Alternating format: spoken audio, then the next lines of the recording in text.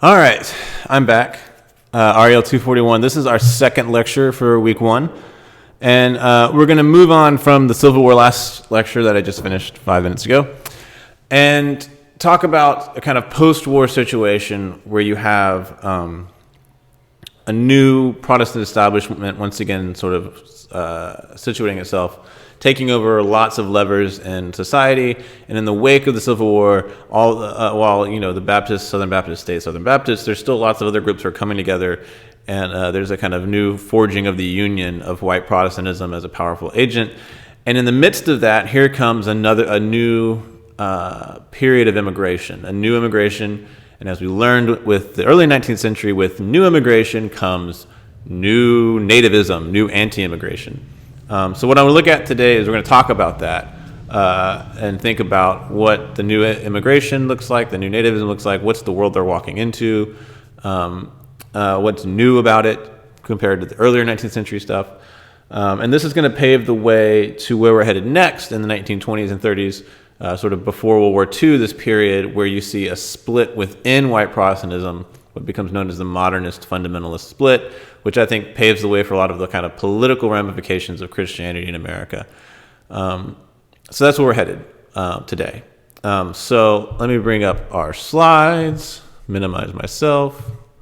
Protestant establishment, here we go.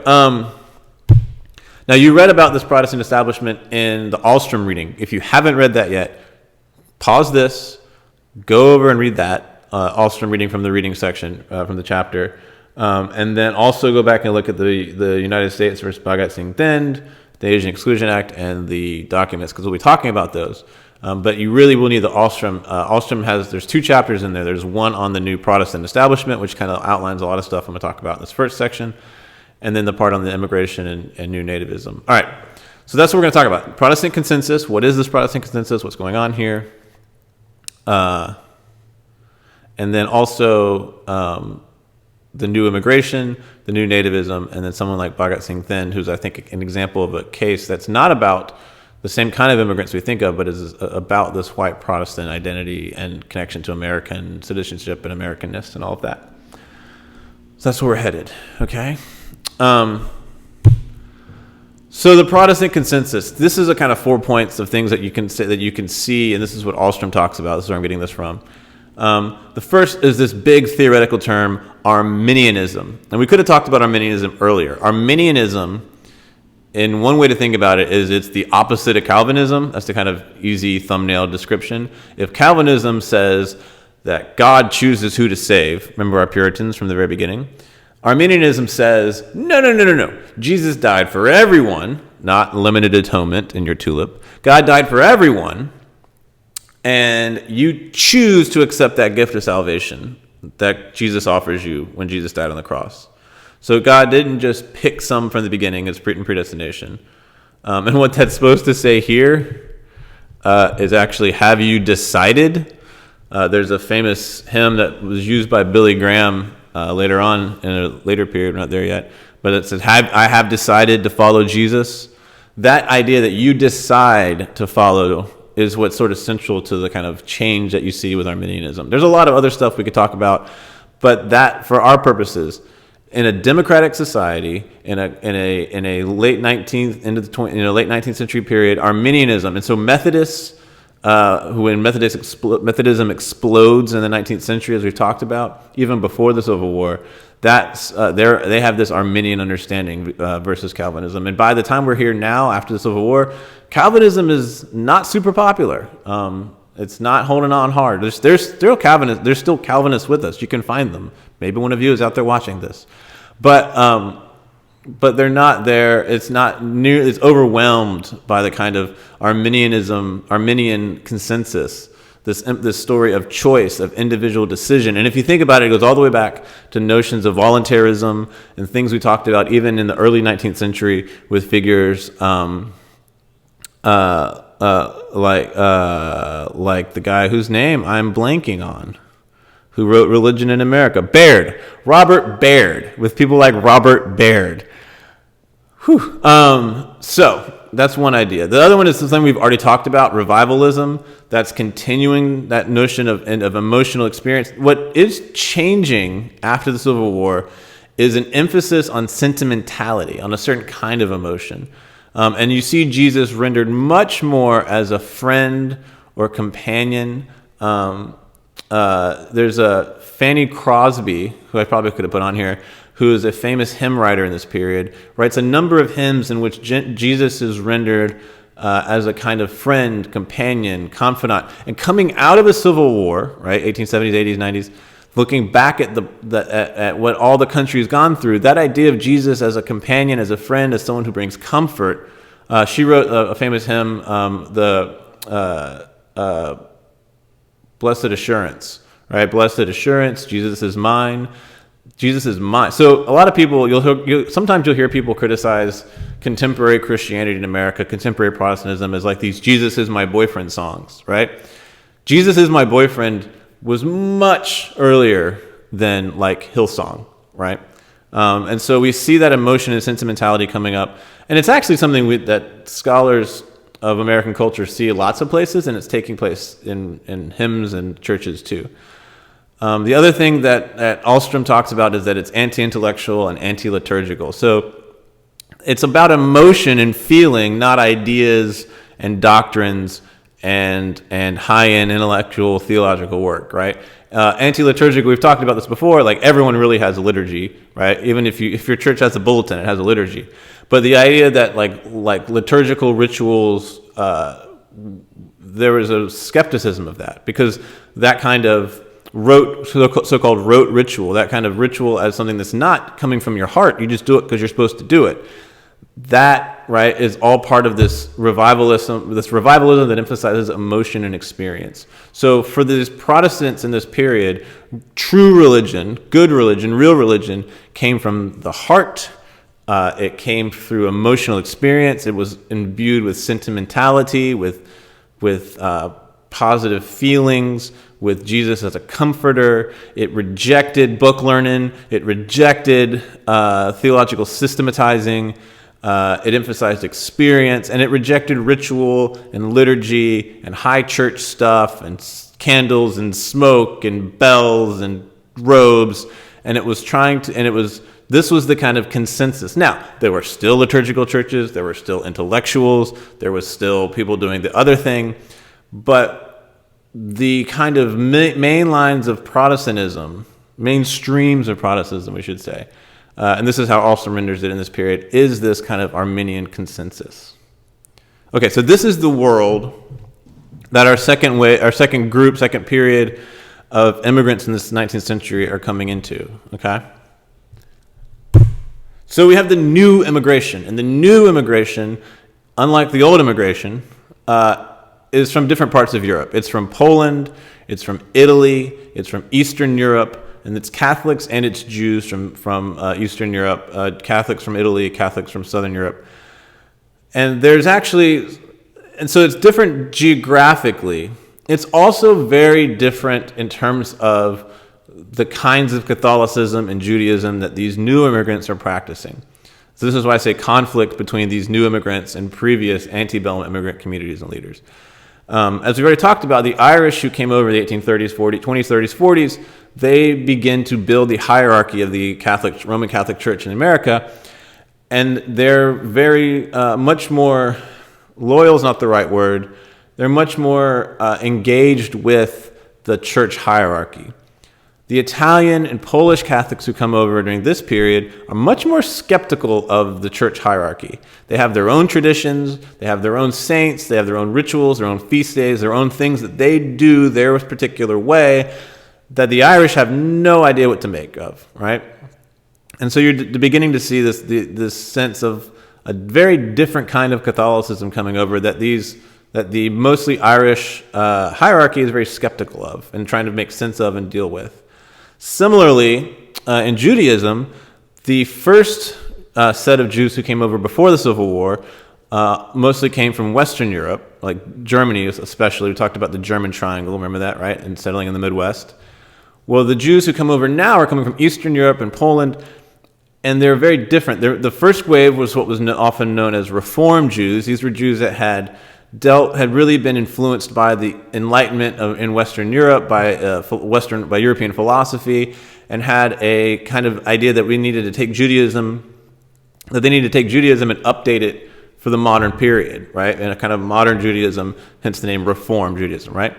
The Jews who come during this period are much more orthodox, capital O, orthodox. They're not trying to modernize. In fact, they see the whole point of Judaism is to maintain the old traditions and to resist modernity. And so these Jews are now showing up, and so on the one hand, the first generation from the antebellum era are saying, "Whoa, why are you doing this? You're making Judaism look backwards and unrefined, and you're in America now. You have to change." Meanwhile, the Orthodox Jews are coming over, and the Orthodox rabbis are saying, "What have you done to Judaism?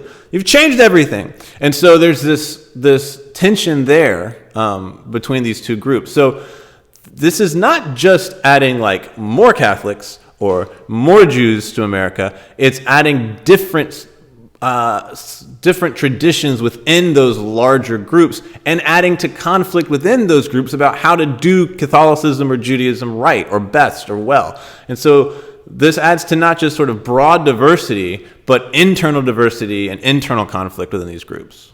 I hope that makes sense. Okay. And of course, if there's new immigration, there's going to be new nativism. There's a lot of the nativism you see is very similar. So if you look at in your textbook of documents, I'm going to pull mine out here, 323 through 24, you see Josiah Strong. And a lot of what Strong says in that section, we've seen before. The idea that Catholics are anti-democratic, that they can't be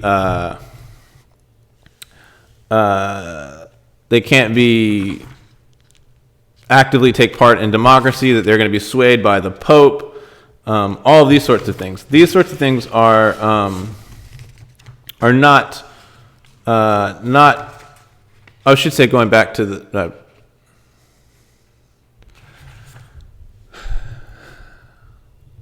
so if you have new immigration, you're going to have new nativism. A lot of the new nativism repeats some of the same themes we saw in the old nativism, the old anti-immigration, old anti-Catholicism of the earlier period. So, for example, in Josiah Strong, who I assigned you to read, he's on page 323. He talks about, that. So, for example, he has a whole list of these 7 sort of points, right?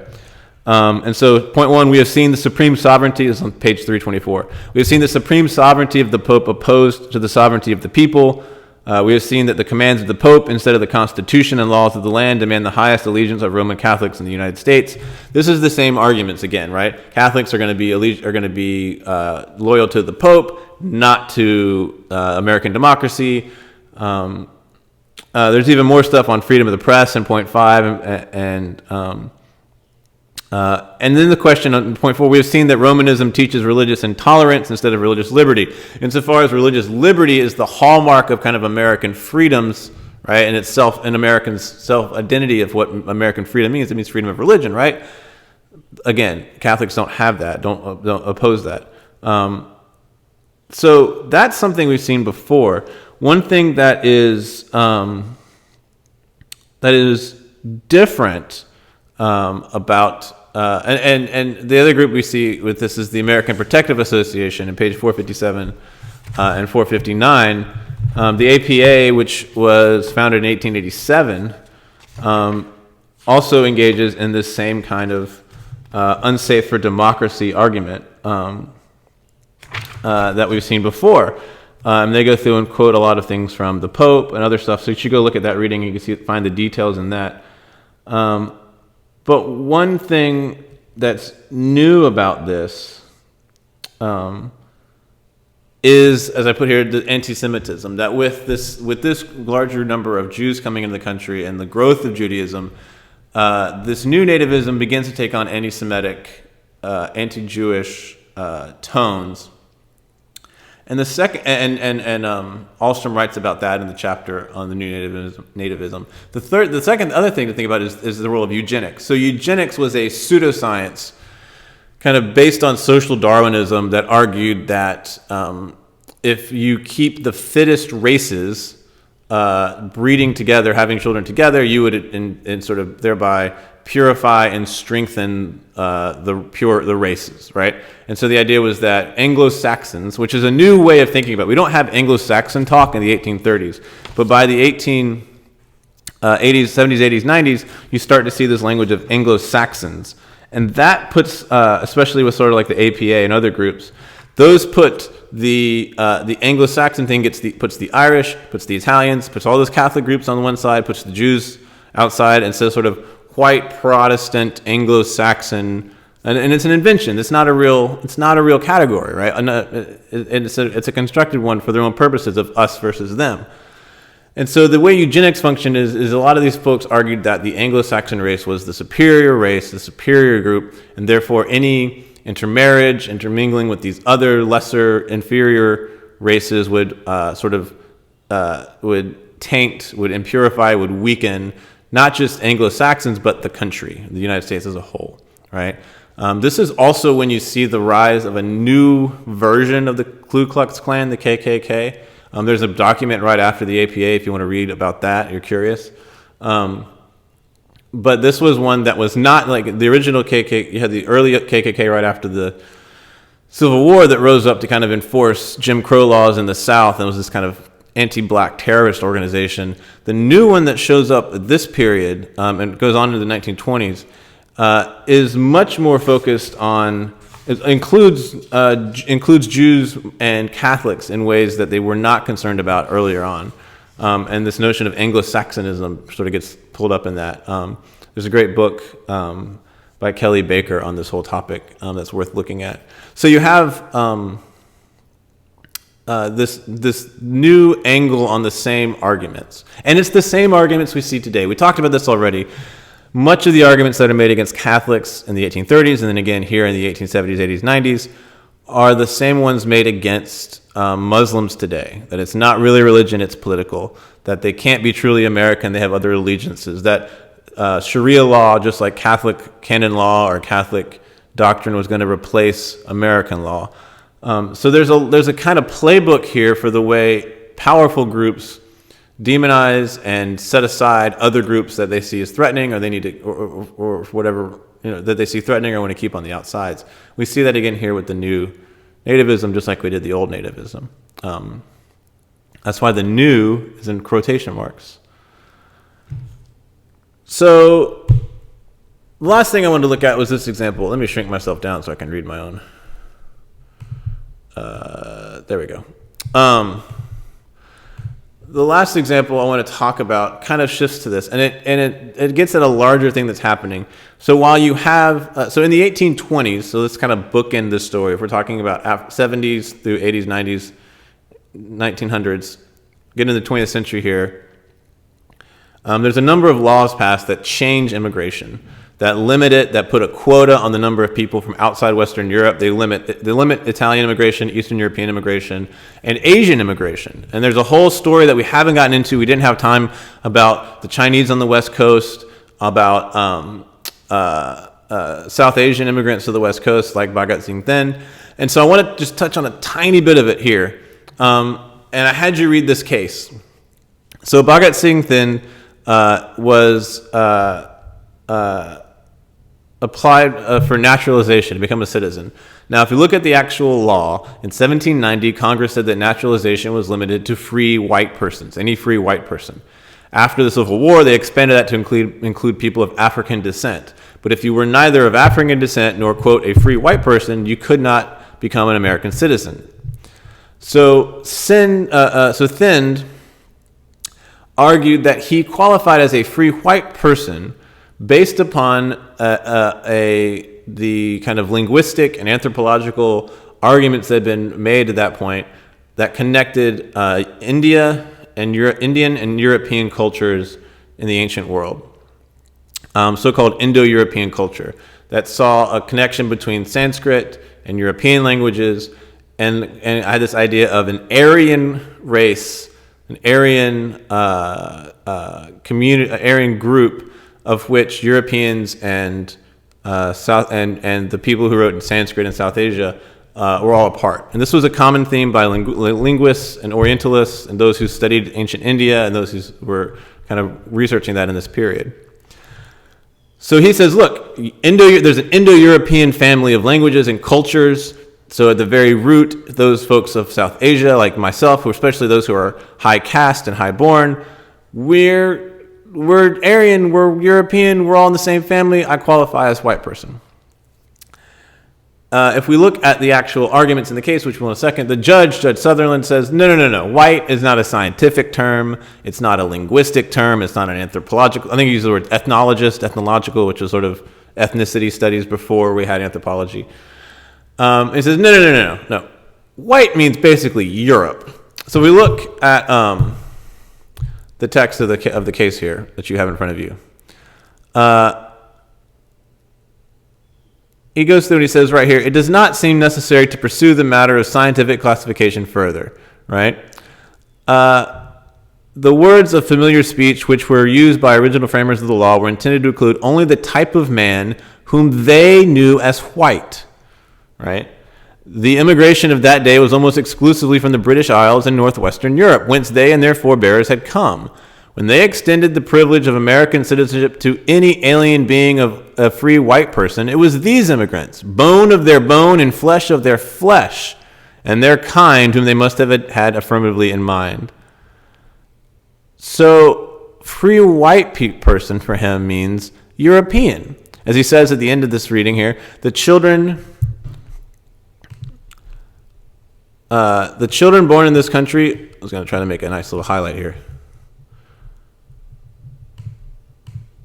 Right here. The children born in this country of Hindu parents would retain indefinitely the clever evidence of their ancestry. He goes on to say, the children of English, French, German, Italian, Scandinavian, and other European parentage quickly merge into the mass of our population and lose the distinctive hallmarks of their European origin. On the other hand, it cannot be doubted that the children born in this country of Hindu parents would retain indefinitely the clear evidence of their ancestry. So, quick side note, Thind's not actually Hindu. Thind is actually a Sikh, practices Sikhism, and is from the Punjab, not a Hindu, a different group completely, would not have identified. But Hindu in this moment, 1923, signals both race, as in South Asian, Indian, Hindu. Sometimes you'll see it with two O's even this late, but is also a religious label. So there's a whole kind of racial religious thing that we could get into more. There's a great book on this, but we don't have time for this right now. So he says, what we suggest is merely racial difference, and it is of such character and extent that the great body of our people instinctively recognize it and reject the thought of assimilation. So the idea is, Thind and his children do not look like white Americans, therefore they cannot be white Americans because white Americans are European, right? And this is the argument that leads to Thind losing. And in the midst of all of this, you have laws like the Asian Exclusion Act, which we looked at, I had you read, and you can find here, where they, in 1924, where they close immigration from Asia. And so there's so all this is to say that the anti-immigrant sentiments and ideas and arguments of the early 1820s, of the late 1880s, 70s, 80s, 90s, by the 1820s have become full-on anti-immigrant policies. And you can see that not just affecting Catholics and Jews, but affecting Sikhs and Hindus and Asian, Chinese Buddhists and all sorts of Asian immigrants who are excluded all the way up until 1965. So these things there's a series of laws that start in the 1880s, they culminate in the 1920s, and that's going to set up a whole sort of blockade against immigration until 1965. And we'll talk about this more when we get there, in the midst of the Cold War, America looks around and says, oh man, we need engineers and doctors. Where are we going to get them? And suddenly you have immigration reform that lets in all these new immigrants from Asia, especially India, China, and that paves the way for the growth of especially things Hinduism and Islam in America in the 70s, 80s, 90s, and today. That's a whole other story for another day.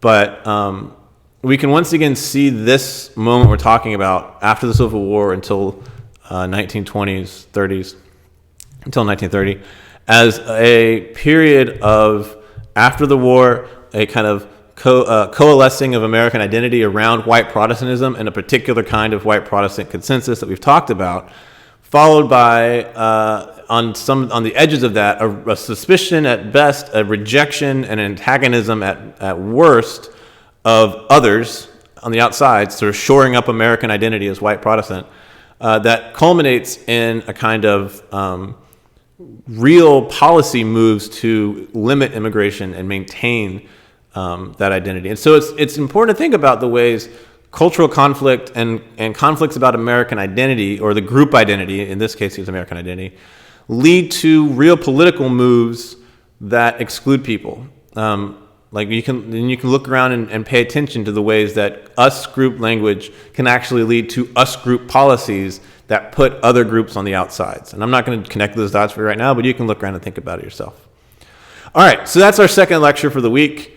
That's week one. If you have questions, like I said in the last lecture, you can leave them in the comments or like and subscribe, or you can go down the Blackboard page on the discussion board. I'll be watching that with answers.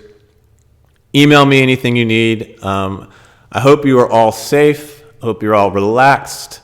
We're going to get through this semester. We've got to, look, by this point, you've got a week down. Just 3 more to go. And I'm really excited to read your primary source readings about this. I'm looking forward to your essays. If you have questions about the essay, if you want to bounce ideas off me about the essay, feel free to email me. We can set up a time to talk over Zoom. We'll find something else. But I'm here for you. I know that we're not doing this synchronously. If you're watching this on your phone, I hope you're chilling somewhere. But relax. Also, one last thing. I'm going to post the PowerPoints that I've been going over. They're not a lot to them, but if you want to have a way to copy and paste terms or whatever, I'll post those as well. There'll be a folder.